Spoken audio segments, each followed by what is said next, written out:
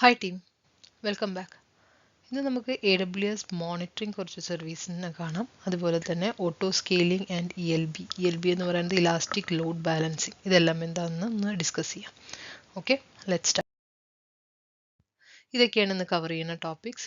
AWS monitoring services ആയ cloud watch, cloud trail and x-ray ഇതിനെക്കുറിച്ച് നമുക്ക് ഇന്ന് ഡിസ്കസ് ചെയ്യാം.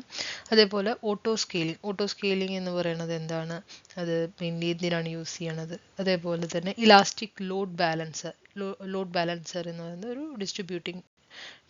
ട്രാഫിക് ഡിസ്ട്രിബ്യൂട്ടിങ്ങിന് വേണ്ടി യൂസ് ചെയ്യണതാണ്. അതിനെക്കുറിച്ച് നമുക്ക് ഡിസ്കസ് ചെയ്യാം.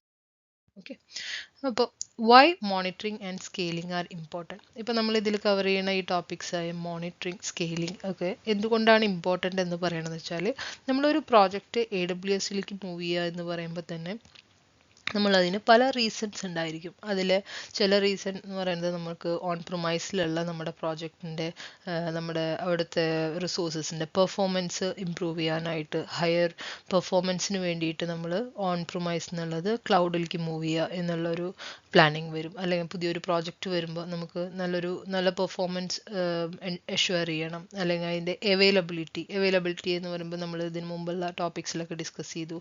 ഡിഫറെൻറ്റ് അവൈലബിലിറ്റി സോൺസ് ഉണ്ട്. അതായത് ഡിഫറെൻറ്റ് ഡാറ്റാ സെൻറ്റേഴ്സ് ഓരോ ക്ലൗഡ് പ്രൊവൈഡേഴ്സിൻ്റെയും പല സ്ഥലത്തായിരിക്കും. അപ്പോൾ അതുകൊണ്ട് ഒരു സ്ഥലത്തെ എന്തെങ്കിലും ഒരു ഡിസാസ്റ്റർ വരികയാണെങ്കിൽ അത് ഓട്ടോമാറ്റിക്കലി അവൈലബിൾ ആയിട്ടുള്ള സോണിലേക്ക് പോയി അവിടുന്ന് നമുക്ക് റിസോഴ്സ് അവൈലബിലിറ്റി അഷ്വർ ചെയ്യുന്നുണ്ട് എല്ലാ ക്ലൗഡ് പ്രൊവൈഡേഴ്സും. അതേപോലെ വേറെ ഒന്നാണ് കോസ്റ്റ് ഒപ്റ്റിമൈസേഷൻ. നമ്മൾ പറയേണ്ടായി കോസ്റ്റ് ഒപ്റ്റിമൈസേഷൻ എന്ന് പറയുന്നത് ഇപ്പോൾ നമുക്ക് ഒരു പെർട്ടിക്കുലർ ടൈമിൽ വേണ്ടത്ര റിസോഴ്സ് ആയില്ല. അപ്പോൾ ഒരു ഹൈ ട്രാഫിക് ഉള്ള ടൈമിൽ നമുക്ക് വേണ്ട നമ്പർ ഓഫ് റിസോഴ്സ് അത് നമുക്ക് ഓട്ടോമാറ്റിക്കലി നമുക്കത് സ്കെയിൽ അപ്പ് ചെയ്യാനും അതേപോലെ തന്നെ സ്കെയിൽ ഡൗൺ ചെയ്യാനും നമുക്കങ്ങനെ ചെയ്യാൻ പറ്റുകയാണെങ്കിൽ നമുക്ക് കുറേ കോസ്റ്റ് ഒപ്റ്റിമൈസേഷൻ എല്ലാം നടത്താൻ പറ്റും. ഇതൊക്കെയാണ് പല എക്സാമ്പിൾസ് നമ്മൾ എന്തുകൊണ്ടാണ് ഒരു പ്രോജക്റ്റ് ക്ലൗഡിലേക്ക് മൂവ് ചെയ്യുക എന്നുള്ളത്. അപ്പോൾ അതിനൊക്കെ നമുക്ക് ഇപ്പോൾ അതിനെ എല്ലാം യൂസ് ചെയ്യണം. ഇപ്പോൾ ഈ പറഞ്ഞ സ്കെയിലിംഗ് എല്ലാം ഓട്ടോമാറ്റിക്കലി ചെയ്യാൻ വേണ്ടിയിട്ടാണ് ഈ ഓട്ടോ സ്കെയിലിംഗ് എന്ന് പറയുന്ന സർവീസ് എല്ലാം യൂസ് ചെയ്യുന്നത്.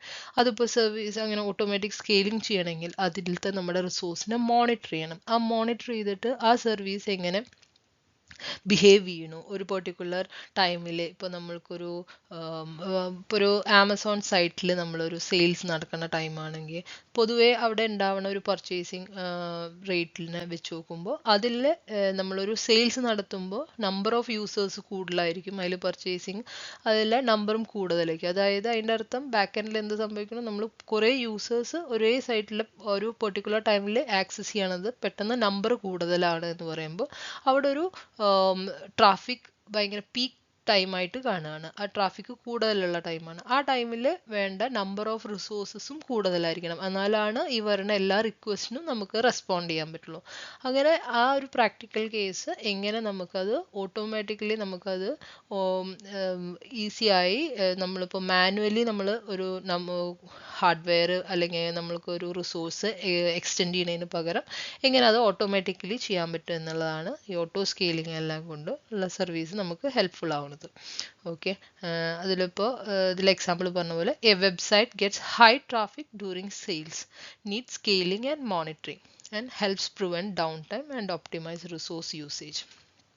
അപ്പോൾ കുറിച്ചാണ് നമ്മളിനി ഓരോ സർവീസ് AWSൽ തരുന്ന ക്ലൗഡ് മോണിറ്ററിംഗ് സർവീസിൽ ഒന്നാണ് AWS ക്ലൗഡ് വാച്ച് എന്ന് പറയുന്ന സർവീസ്. ഈ ക്ലൗഡ് വാച്ച് എന്ന് പറയുന്ന സർവീസ് ഓട്ടോമാറ്റിക്കലി അത് എന്ത് ചെയ്യുക വെച്ചാൽ ഒരു റിസോഴ്സ് നമ്മൾ പ്രൊവിഷൻ ചെയ്യുകയാണെങ്കിൽ അതിൻ്റെ ലോഗ്സ് ആൻഡ് മെട്രിക്സ് കളക്ട് ചെയ്ത് മോണിറ്റർ ചെയ്യാൻ പറ്റുന്ന ഒരു ഒരു സർവീസാണ് ക്ലൗഡ് വാച്ച് എന്ന് പറയുന്നത്. ഇപ്പോൾ നമ്മൾ ഇതിന് മുമ്പുള്ള EC2 ഇൻസ്റ്റൻസ്, S3 ഇതെല്ലാം പ്രൊവിഷൻ ചെയ്യുമ്പോൾ നമ്മൾ കണ്ടു അതിലത്തെ അതിൻ്റെ ഡീറ്റെയിൽസ് ടാബ് അതുപോലെ തന്നെ സെക്യൂരിറ്റി ടാബ് അങ്ങനെ പറയണ അതേപോലെ നമുക്ക് അവിടെ കാണാൻ പറ്റുന്നതാണ് മെട്രിക്സ് എന്ന് പറയുന്നത്. അത് ഓട്ടോമാറ്റിക്കലി ക്രിയേറ്റ് ചെയ്യുന്നത്. അതിന് ഇപ്പോൾ ഒരു EC2 ഇൻസ്റ്റൻസ് എടുക്കുക വെച്ചാൽ അതിന് കുറച്ച് ബേസിക് മെട്രിക്സ് ഉണ്ട്. ഇപ്പോൾ നമ്മൾ അതിൻ്റെ CPU എന്നൊക്കെ പറയണത് അതിൻ്റെ ബേസിക് മെട്രിക്സിൽ വരുന്നതാണ്. ഇതെല്ലാം നമ്മളൊരു റിസോഴ്സ് പ്രൊവിഷൻ ചെയ്യുമ്പോൾ ഓട്ടോമാറ്റിക്കലി അത് AWS സൈഡിൽ നിന്ന് തന്നെ അതിനെ ക്യാപ്ചർ ചെയ്യാൻ തുടങ്ങും. അങ്ങനത്തെ ക്യാപ്ചർ ചെയ്യണ ഈ മെട്രിക്സ് അതേപോലെ ഈ സർവീസിൻ്റെ ലോഗ്സ് ഇതെല്ലാം നമുക്ക് കളക്ട് ചെയ്ത് മോണിറ്റർ ചെയ്യാൻ പറ്റുന്ന ഒരു സർവീസാണ് ക്ലൗഡ് വാച്ച് എന്ന് പറയുന്ന സർവീസ്. ഇപ്പോൾ ഇതിൽ യൂസ് കേസ് ആയിട്ട് ഇവിടെ പറയുന്നത് monitor CPU utilization, memory, disk usage, network traffic അതേപോലെ ഇത് ഇങ്ങനത്തെ പല മെട്രിക്സും പല ലോഗ്സും എല്ലാം നമുക്ക് ഈ ഒരു ക്ലൗഡ് വാച്ചിൽ സ്റ്റോർ ചെയ്യാൻ പറ്റും. ഇപ്പം നമുക്ക് അഡ്വാൻസ് മെട്രിക്സ് വേണമെങ്കിൽ നമുക്കത് എനേബിൾ ചെയ്ത് അതിനെയും നമുക്ക് ക്ലൗഡ് വാച്ചിലേക്ക് പുഷ് ചെയ്യാൻ പറ്റും. അപ്പോൾ ക്ലൗഡ് വാച്ച് എന്ന് പറയുന്ന ആ ഒരു സർവീസിൽ നമുക്ക് ഇതിനെല്ലാ ലോഗ്സിനെയും മെട്രിക്സിനെയും ക്യാപ്ചർ ചെയ്ത് അതിനെ മോണിറ്റർ ചെയ്ത് അപ്പോൾ നമുക്ക് അവിടെ ഒരു ഡാഷ്ബോർഡ് ക്രിയേറ്റ് ചെയ്യാനുള്ള ഓപ്ഷൻ ഉണ്ട്. അപ്പോൾ ഒരു പെർട്ടിക്കുലർ പ്രോജക്റ്റിന് നമ്മൾ യൂസ് ചെയ്ത എല്ലാ റിസോഴ്സസിൻ്റെയും അതിലത്തെ മെട്രിക്സ് ഒക്കെ നമുക്ക് അവിടെ ഒരു ഡാഷ്ബോർഡിൽ ഇടുകയാണെന്ന് വെച്ചെങ്കിൽ നമുക്ക് ആ ഒരു പ്രോജക്റ്റിൻ്റെ ഫുൾ മോണിറ്ററിങ് ആ ഒരു ഡാഷ്ബോർഡിൽ നോക്കി ചെയ്യാൻ പറ്റും. അതേപോലെ തന്നെ അവിടെ അലാം സെറ്റ് ചെയ്യാൻ പറ്റും. ഇപ്പോൾ നമുക്കൊരു CPU മോർ ദാൻ 80% ആണ്, ആ ടൈമിൽ നമുക്ക് യൂസറിനെ അലേർട്ട് ചെയ്യണം, അതിലല്ലെങ്കിൽ ഒരു ആക്ഷൻ എടുക്കണം. അതിനെല്ലാം AWSൽ ഈ ക്ലൗഡ് വാച്ച് എന്ന് പറയുന്ന സർവീസിൽ പല ഫീച്ചേഴ്സും AWS തന്നെ ആഡ് ചെയ്തിട്ടുണ്ട്. അത് യൂസ് ചെയ്ത് നമുക്ക് അത് ഒരുപാട് ഹെൽപ്ഫുൾ ആയിരിക്കും. ഒരു അലാം ക്രിയേറ്റ് ചെയ്യുക, അപ്പോൾ CPU ഗ്രേറ്റർ ദാൻ 80% ആണെങ്കിൽ ഒരു അലാം ക്രിയേറ്റ് ചെയ്യുക, അതിന് കുറച്ച് വേണമെങ്കിൽ ആക്ഷൻ കൊടുക്കാൻ പറ്റും. അപ്പോൾ അത് ഓട്ടോമാറ്റിക്കലി ആ ഒരു ആക്ഷൻ ട്രിഗർ ചെയ്യും.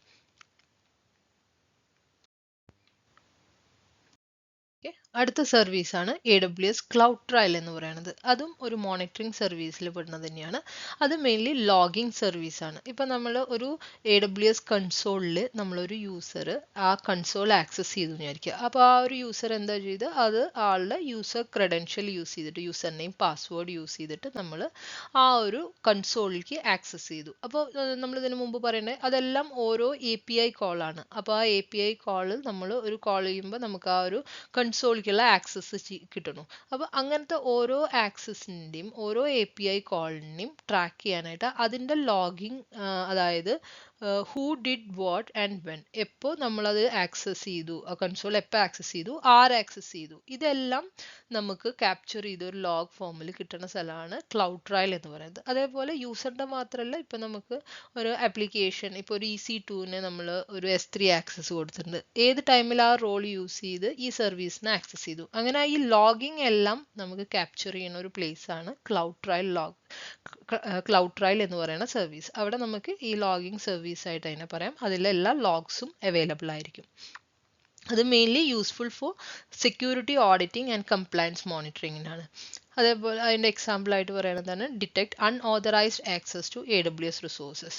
ഇപ്പോൾ ഒരു അൺഓതറൈസ്ഡ് ആക്സസ് ഒരു പെർട്ടിക്കുലർ S3ലേക്ക് നമ്മൾ കൊടുക്കാത്ത ഒരു ആക്സസ് വന്നു, എവിടെ നിന്നാണ് ആ റിക്വസ്റ്റ് വന്നത്, ആരാണ് അത് ട്രൈ ചെയ്യണത്, ആ ട്രൈ ചെയ്യണ യൂസറിൻ്റെ ക്രെഡൻഷ്യൽ ഡീറ്റെയിൽസ്, അങ്ങനെയെല്ലാം ക്യാപ്ചർ ചെയ്യാൻ പറ്റുന്ന പ്ലേസ് ആണ് ക്ലൗഡ് ട്രയൽ. AWS X-Ray എന്ന് പറയുന്നത് വേറൊരു മോണിറ്ററിംഗ് സർവീസാണ്. അതിനെ നമ്മളൊരു ട്രേസിംഗ് സർവീസ് എന്ന് പറയും. അത് എന്തിനാണ് മെയിൻലി യൂസ്ഫുൾ വെച്ചാൽ ഒരു ഡിസ്ട്രിബ്യൂട്ടഡ് ആപ്ലിക്കേഷൻ്റെയൊക്കെ റിക്വസ്റ്റിനെ ട്രേസ് ചെയ്യാനായിട്ട് നമുക്ക് ഈ X-Ray സർവീസിനെ യൂസ് ചെയ്യാം. അതിൽ ഇപ്പോൾ ഒരു എക്സാമ്പിളായി ഇവിടെ പറഞ്ഞ പോലെ finding slow micro services in A web application. ഇപ്പോൾ ഒരു വെബ് ആപ്ലിക്കേഷൻ ഉണ്ടെന്ന് വിചാരിക്കുക വിത്ത് മൾട്ടിപ്പിൾ മൈക്രോ സർവീസസ്. അത് റൺ ചെയ്യണത് ഒരു AWS ലാംഡ അല്ലെങ്കിൽ ഒരു EC2ലാണ് റൺ ചെയ്യുന്നത് എന്ന് വിചാരിക്കുക. അങ്ങനെ ഒരു കേസിൽ ഇപ്പോൾ ഒരു യൂസർ അതിൻ്റെ ഒരു പെർഫോമൻസ് ഇഷ്യൂ റിപ്പോർട്ട് ചെയ്തു, അതായത് അവിടെ ഈ ഒരു ആപ്ലിക്കേഷൻ സ്ലോ ആണെന്ന് പറഞ്ഞിട്ടൊരു ഇഷ്യൂ റിപ്പോർട്ട് ചെയ്തു. അത് വരുമ്പോൾ നമ്മൾ അതിനെ ട്രബിൾ ഷൂട്ട് ചെയ്യാൻ, അതിനെ ഡീബഗ് ചെയ്യാനൊക്കെ ആയിട്ട് നമുക്ക് ഈ ഒരു X-Ray സർവീസ് പ്രൊവൈഡ് ചെയ്യുന്ന ഒരു സർവീസ് മാപ്പ് എന്ന് പറയും. അതിൽ ഈ സർവീസ് മാപ്പിൽ നമുക്ക് അതൊരു വിഷ്വലൈസേഷനാണ്. അതിൽ നമുക്ക് ഈ ഓരോ മൈക്രോ സർവീസിലും എത്ര ടൈം എടുക്കണോ, അതുപോലെ തന്നെ ഇപ്പോൾ AWS ലാംഡയാണ് നമ്മൾ യൂസ് ചെയ്യണമെങ്കിൽ ഈ ലാംഡ ഒരു റിക്വസ്റ്റിൻ്റെ എക്സിക്യൂഷൻ ടൈം എത്രയാണ്, അല്ലെങ്കിൽ ഇപ്പോൾ ഒരു ഡാറ്റാബേസ് ക്വറി ഉണ്ട്, ആ ഡാറ്റാബേസ് ക്വറിയുടെ റെസ്പോൺസ് ടൈം എത്രയാണ്, ഇതെല്ലാം ഈ ഒരു സർവീസ് മാപ്പിൽ വിസിബിൾ ആയിരിക്കും. അതിൽ നമുക്ക് നോക്കി നമുക്ക് ട്രബിൾ ഷൂട്ടിംഗ് ചെയ്യാൻ പറ്റും, എവിടെയാണ് സ്ലോ പെർഫോമൻസ്, എവിടെയാണ് ആ ലേറ്റൻസി വരുന്നത്, അത് വെച്ചിട്ട് നമുക്കൊരു സൊല്യൂഷനായിട്ട് എടുക്കാം. നമുക്കിപ്പോൾ ഈ ഇതിൽ റിസോഴ്സ് ആഡ് ചെയ്യണോ, അല്ലെങ്കിൽ ഇപ്പോൾ ഒരു കോഡ് ഒപ്റ്റിമൈസേഷനാണോ അവിടെ ആവശ്യം, അല്ലെങ്കിൽ ഇപ്പോൾ ഒരു ഡാറ്റാബേസിന് ഇപ്പോൾ ഒരു ക്യാഷിങ് എനേബിൾ ചെയ്യണോ എന്നൊക്കെ നമുക്ക് ഈ ഒരു സർവീസ് മാപ്പിൽ നമ്മുടെ റിപ്പോർട്ട് അനുസരിച്ച് നമുക്കൊരു ട്രബിൾ ഷൂട്ടിംഗ് ഹെൽപ്ഫുൾ ആയിരിക്കും. ഇനി നമ്മൾ എന്താണ് ഓട്ടോ സ്കെയിലിംഗ് എന്ന് പറയാം. What is auto scaling? Automatically adjust EC2 instances based on demand. ഇപ്പം നമ്മൾ പറയേണ്ടായി ഒരു എക്സാമ്പിളായിട്ട് ഒരു സെയിൽസ് നടത്തുന്ന ഒരു ടൈമിൽ ഇപ്പോൾ ഒരു ആമസോൺ സൈറ്റിൽ സെയിൽസ് വരികയാണ്. അപ്പോൾ ഒരു റിപ്പബ്ലിക് സെയിൽ അങ്ങനെ ഏതെങ്കിലും ഒരു സെയിൽ വരികയാണ്. ആ ടൈമിൽ നമുക്കറിയാം ഒരുപാട് ഐറ്റത്തിൻ്റെ ഇതിൽ ഡിസ്കൗണ്ട് ഉണ്ടാവും. അങ്ങനെ ഒരുപാട് ആ ഒരു ടൈമിൽ കൂടുതൽ പർച്ചേസ് നടക്കാൻ ചാൻസ് ഉള്ള ടൈമാണ്. അപ്പോൾ ഈ ഓരോ പർച്ചേസും വന്ന് ഓരോ യൂസേഴ്സും ഓരോ ഈ പെർട്ടിക്കുലർ സൈറ്റിനെ ആക്സസ് ചെയ്യാണ്. അപ്പോൾ ആ ജനറലി ഉണ്ടാവുന്ന ഒരു ട്രാഫിക് അനുസരിച്ച് ഇത് വെച്ച് കമ്പയർ ചെയ്യുമ്പോൾ ഈ സെയിൽസ് ടൈമിൽ ട്രാഫിക് കൂടുതലായിരിക്കും. ഈ ട്രാഫിക് കൂടുതലുള്ള ടൈമിൽ നമുക്ക് ഇത്രയും റിക്വസ്റ്റിന് അതിനുള്ള റെസ്പോൺസ് കൊടുക്കാനായിട്ട് ബാക്ക് എൻഡിൽ നമുക്ക് അതിന് റിക്വയർഡ് ആയിട്ടുള്ള നമ്മുടെ റിസോഴ്സ് അവൈലബിൾ ആയിരിക്കണം. ഇപ്പോൾ നമ്മളിപ്പോൾ ഒരു EC2 ഇൻസ്റ്റൻസ് യൂസ് ചെയ്തിട്ടാണ് നമ്മുടെ കമ്പ്യൂട്ട് സർവീസ് എന്ന് പറയുന്നത് ഒരു EC2 ഇൻസ്റ്റൻസ് ആണെങ്കിൽ നമുക്ക് ആ ഒരു പെർട്ടിക്കുലർ ടൈമിൽ നമ്പർ ഓഫ് EC2 ഇൻസ്റ്റൻസ് കൂടണം. അങ്ങനെ അത് ഓട്ടോമാറ്റിക്കലി ചെയ്യാൻ പറ്റുന്ന ഒരു സ്ഥലമാണ് ഓട്ടോ സ്കെയിലിംഗ് എന്ന് പറയുന്നത്. ആ ഒരു ഫീച്ചർ നമ്മൾ ആ ഒരു സർവീസ് യൂസ് ചെയ്യുകയാണെങ്കിൽ നമുക്ക് ഓട്ടോ സ്കെയിലിംഗ് യൂസ് ചെയ്തിട്ട് ഓട്ടോമാറ്റിക്കലി ഈ ഒരു പെർട്ടിക്കുലർ ടൈമിൽ നമുക്ക് number of EC2 instance increase ചെയ്യാനായിട്ട് നമുക്ക് അങ്ങനെ കോൺഫിഗർ ചെയ്ത് വെക്കാൻ പറ്റും. അപ്പോൾ അതിൽ കുറച്ച് അതിൻ്റെ എക്സാമ്പിളൊക്കെയാണ് ഇപ്പോൾ നമ്മൾ പറഞ്ഞ എക്സാമ്പിൾ അനുസരിച്ച് വേറൊരെണ്ണമാണ് ecommerce app scales up during a peak hours. അതേപോലെ why auto scale saves cost by adding or removing instance dynamically and handles traffic spikes efficiently. ഇപ്പോൾ ഇതെല്ലാം നമ്മൾ കവർ ചെയ്തു. അതായത് ഇപ്പോൾ ഓട്ടോമാറ്റിക്കലി അത് ആഡ് ചെയ്യും. അതേപോലെ തന്നെ ഈ ഒരു സെയിൽസിൻ്റെ ടൈം കഴിയുമ്പോൾ ഇത്ര നമ്പർ ഓഫ് ഇൻസ്റ്റൻസ് നമുക്ക് ആവശ്യമില്ല, അപ്പോൾ ഓട്ടോമാറ്റിക്കലി റിമൂവ് ചെയ്യും. നമുക്ക് അങ്ങനെ ചെയ്യാൻ സർവീസാണ് auto scaling. How auto scaling work? Key components. ഇപ്പോൾ നമ്മൾ ഇവിടെ ഇപ്പോൾ എഴുതിയിട്ടുള്ള ഇതെന്ന് പറയുന്നത് നമ്മളൊരു കൺസോളിൽ എങ്ങനെയാണ് ഒരു ഓട്ടോ സ്കെയിൽ നമ്മൾ ക്രിയേറ്റ് ചെയ്യുക എന്നുള്ളതാണ്. അപ്പോൾ അതിന് യൂസ് ചെയ്യേണ്ടതാണ് launch configuration, auto scale group, scaling policy.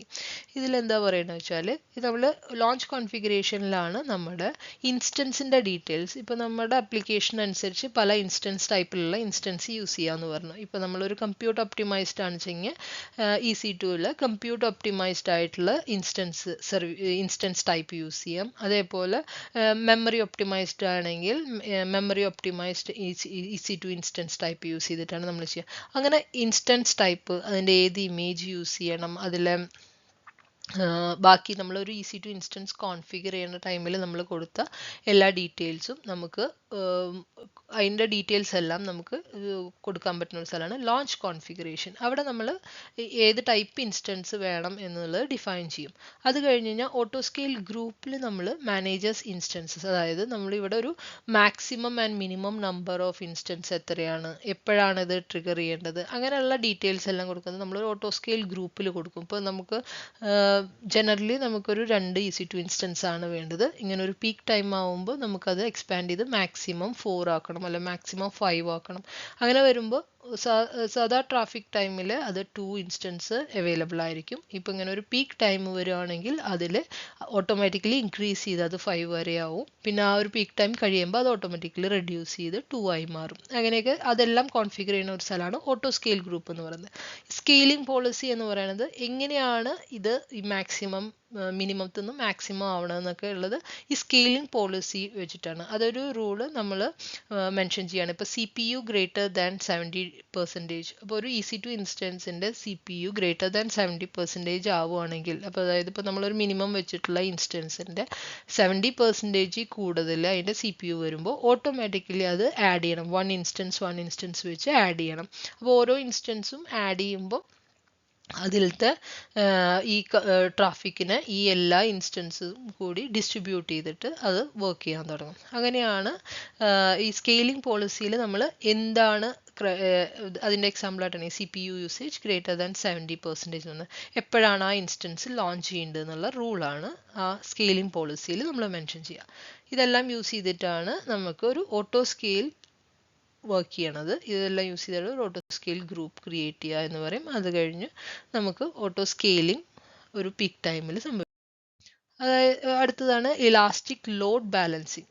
General നമ്മൾ യൂസ് ചെയ്യുമ്പോൾ ഇത് രണ്ടും കൂടിയിട്ടാണ് ഒരു ആർക്കിടെക്റ്റിംഗ് ചെയ്യുകയാണ് നമ്മൾ ചെയ്യുക എന്താ വെച്ചാൽ ഈ ഇലാസ്റ്റിക് ലോഡ് ബാലൻസിങ് എന്ന് പറയുന്നത് ആണ് നമ്മുടെ ലോഡിനെ ഡിസ്ട്രിബ്യൂട്ട് ചെയ്ത് നമ്മുടെ അണ്ടറിൽ നമുക്ക് ഇതിൻ്റെ അണ്ടറിലുള്ള ഏതൊക്കെയാണോ കമ്പ്യൂട്ട് സർവീസ് ഉള്ളത് എത്ര എണ്ണം ഉണ്ട് അതിലേക്ക് ഡിസ്ട്രിബ്യൂട്ട് ചെയ്ത് കൊടുക്കുന്ന സർവീസാണ് ഈ ഇലാസ്റ്റിക് ലോഡ് ബാലൻസിങ് എന്ന് പറയുന്നത് നമ്മുടെ ELB. ഇപ്പം നമുക്ക് അതിൻ്റെ ഡെഫിനിഷൻ ഇവിടെ എഴുതിയത് തന്നെയാണ് distributes incoming traffic to multiple EC2 instance.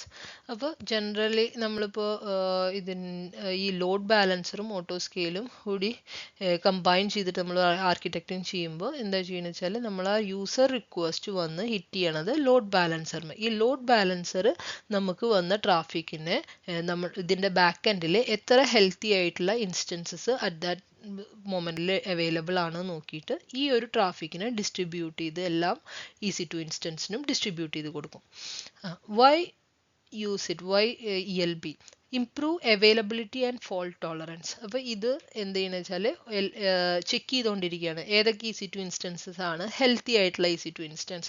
ആ EC2 ഹെൽത്ത് അത് ആ ഒരു ഹെൽത്ത് ചെക്ക് ചെയ്യണത് ഇതിൻ്റെ ഒരു ഫീച്ചറാണ്. അതിൽ ഈ ഹെൽത്ത് ചെക്ക് ചെയ്തിട്ട് ഹെൽത്തി ആയിട്ടുള്ള ഇൻസ്റ്റൻസിലേക്ക് മാത്രം അത് ഡിസ്ട്രിബ്യൂട്ട് ചെയ്ത് കൊടുക്കും. ഇപ്പോൾ ഏതെങ്കിലും അൺഹെൽത്തി ആണെങ്കിൽ ഓട്ടോമാറ്റിക്കലി അതിനെ ടെർമിനേറ്റ് ചെയ്ത് പുതിയ ഒരെണ്ണം അവിടെ പുതിയത് ക്രിയേറ്റ് ആവും.